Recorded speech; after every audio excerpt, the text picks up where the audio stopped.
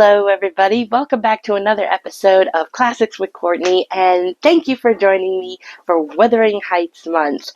I unfortunately had already reviewed this movie, but for some reason my video has been taken down due to copyright.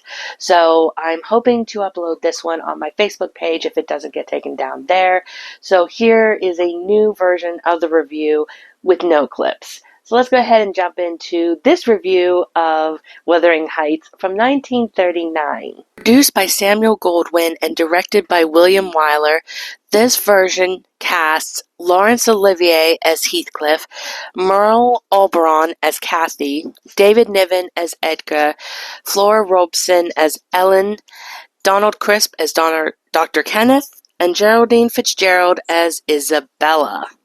The story goes of a man wandering the moors, comes into a house on Wuthering Heights, or called Wuthering Heights, and meets Heathcliff and the people that live with him. When he goes up and gets ready for bed, he encounters something strange, and Heathcliff acts like a madman and runs into the wind and storm of snow. We then get a story told by Ellen's perspective of a woman named Kathy who had since passed away, and the relationship between her, Heathcliff, and how it affects everybody around them. This is one of those movies where I actually had to rewatch several times before actually appreciating it. When I first saw this thing, I couldn't stand the story. I didn't like the characters, especially Kathy, and I'll get into her in a little bit. But it was just one of those films that I didn't like, but yet it stayed with me. And after the second and third viewing, it has since turned into one of my favorites. It's one that I love to put on when I'm in that period piece mood from the 30s and 40s. And considering that right now I'm trying to get through the book, there's a lot to enjoy with the film. A lot of people will say, and it is true, that the movie technically only focuses on the first half of the book. And it's true. Because, I have been through Wuthering Heights, the book, before, but I kind of zoned out of it a little bit. So that's why I want to go back and reread it. But I do remember certain key points. I do know that the movie is kind of true to the book, but not fully true to the book. At least the first half. They completely cut out the birthing of the kids. Kathy dies not from childbirth, just from sickness and also the will to die, so to speak. I think that's what Dr. Kenneth says. But it's a really touching movie. The casting in this movie is spot on. Laurence Olivier, to me, is a very classy man. He worked on stage, but his performance as Heathcliff is so good. I love his carefree attitude. He does that role so well, but then when he turns into this bitter, hardened man, he also does that very well too. It's really good. And then Merle Oberon is also really well done as Kathy. I think she did a great job. Although, granted, Vivien Leigh, I guess, was, at least by Laurence Olivier's point of view, he wanted her to play the part, but they were like, no. Which I believe caused some problems between him and Merle, and amongst other things, which I believe he also had the same problem with Joan Fontaine, which he also wanted Vivien Leigh to play that role. Which, although I can see Vivien Leigh doing this role of Kathy, I cannot see her doing the nameless heroine in Rebecca. Two totally different things. And speaking of Vivien Leigh, let's get into the reason why I really didn't like Kathy. Back when I first seen this, I had just watched Gone with the Wind, another classic that has taken place in one of my favorites. However, Scarlett O'Hara is one of the worst protagonists ever. In my opinion, she is a terrible person. Does she do good things every so often? Yes. But for the most part, she is a terrible woman. She takes her sister's beau. She marries someone she doesn't love just to get back at Ashley, the man she does supposedly love. She treats Clark Gable, who she marries later, terribly. So she's hard to root for, in my opinion.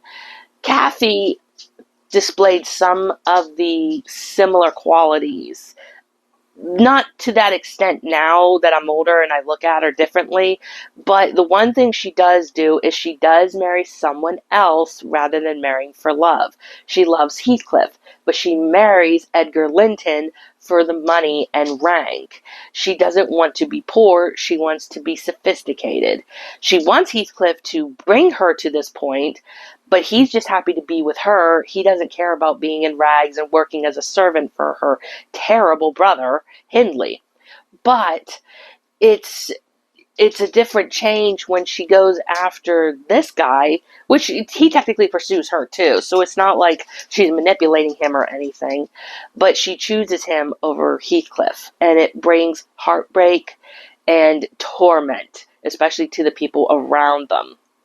Another character I want to bring up is Isabella. She, in my opinion, is one of the sweetest characters ever, at least in the movie.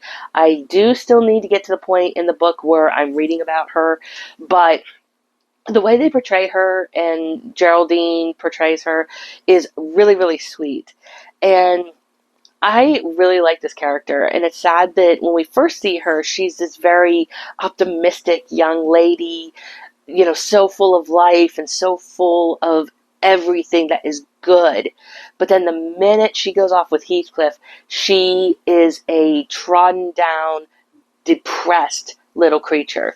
It is really heartbreaking. And Isabella is honestly, to me, a very tragic character.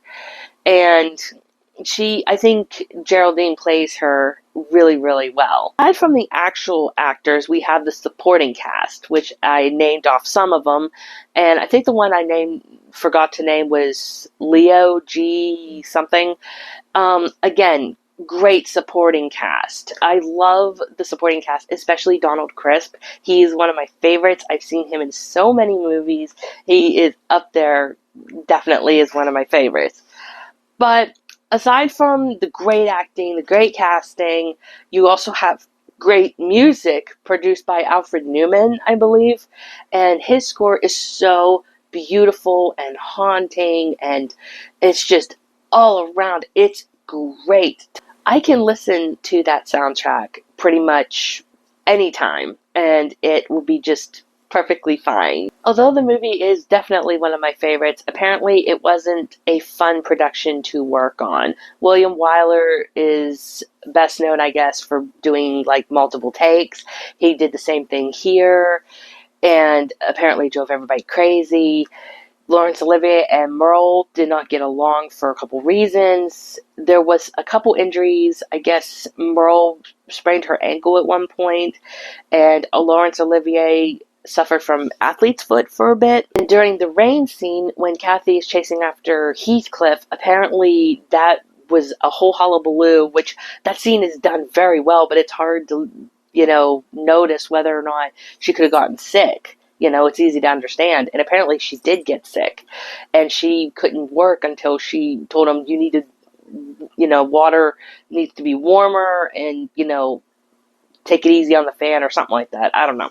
But apparently there was some drama dealing with the making of it. Aside from that, you also had egos. You had the great Laurence Olivier, stage actor, who is brought into this form of medium that's totally different from stage. And yet when he would say something, it's almost like they kind of made fun of him or would laugh about it. So, and this is according to some of the trivia I found online. I don't know if it's true, but apparently it was enough where it kind of humbled him at one point. So, I don't know. All in all, I do think that this movie is a really good film. I do recommend it, especially if you're interested in the book. I'm not planning on watching any of the modern ones. In fact, I've seen bits and pieces of the one from the 90s and the one with Tom Hardy, and I don't care for either version.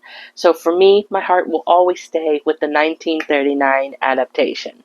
And that about wraps it up for my review of Wuthering Heights, the clipless review. Let me know in the comments below what you guys think of this movie. And if you are interested in keeping updates with me, like my Facebook page, Classics with Courtney. And I will see you guys on my next video, which hopefully is going to be the clip review of the next Wuthering Heights. So stay tuned for that and we'll see what happens. Anyway, bye! Have a great, wonderful day.